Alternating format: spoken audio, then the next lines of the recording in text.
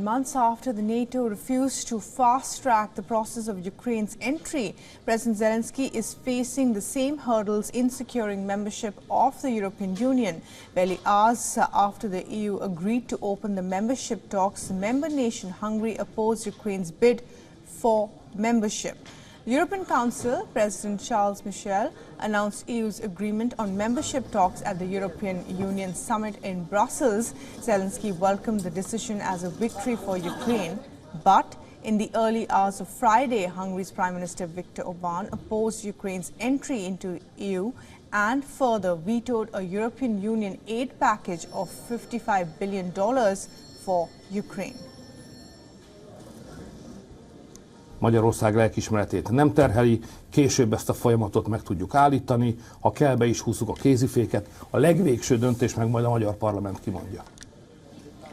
On Friday, 26 national leaders of the European Union took the historic step of agreeing to start accession negotiations with Ukraine, but they were unable to go ahead following resistance from Orban, the revamp of the bloc's budget to Ukraine as well.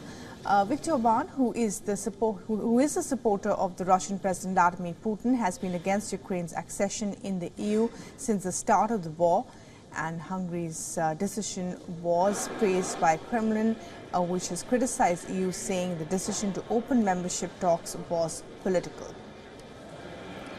And for the very latest details on what's happening with Ukraine's EU membership, I'm now be joined by Alex Kadia, who is joining us from Brussels. And Alex, what more do we know about this process going forward? How do these member nations renegotiate terms with both Hungary and, of course, opening up that aid package once again that has been blocked by Viktor Orban?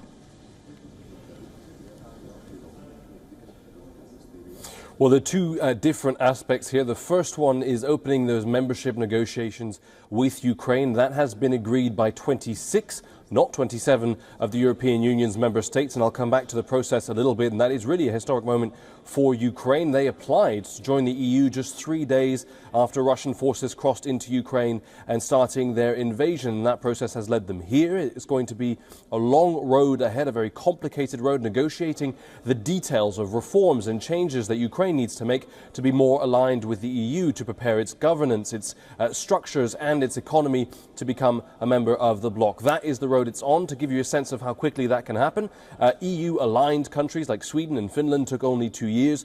Portugal was the longest. It took 7 years, and some countries still haven't succeeded. Turkey, for example, started the negotiations in 2005 and is nowhere near becoming a member of the EU. But the Ukrainians will work on this. Despite fighting a war, will continue to go through these details, and that is a historic moment that President Zelensky described as a victory for Ukraine and all of Europe. What's interesting about the way the decision was made is that for the first time ever, the European Council at the leader level made a decision with one member absent. Viktor Orban decided to step out of the room rather than block the proposal from going through. He then called it a bad decision, but other EU leaders are saying, well, if you thought it was a bad decision, you should have stayed in the room. So an interesting way in which this happened, but certainly a historic moment for Ukraine. On that 50 billion euro package of support, that is still being blocked by the Hungarians, still being blocked by Prime Minister Viktor Orban, still caught in quite complex, detailed negotiations about the EU budget. But just a few moments ago, we heard from the Belgian Prime Minister, the Irish Prime Minister behind me here. They said, look, we will be able to do a deal on more support for Ukraine. It's just not going to happen today. It'll take a few more weeks. They'll be back here to negotiate that in January. Right, Alex Kadia, thanks very much indeed for joining us with the very latest there from Brussels and what's happening there on that twofold negotiation taking place.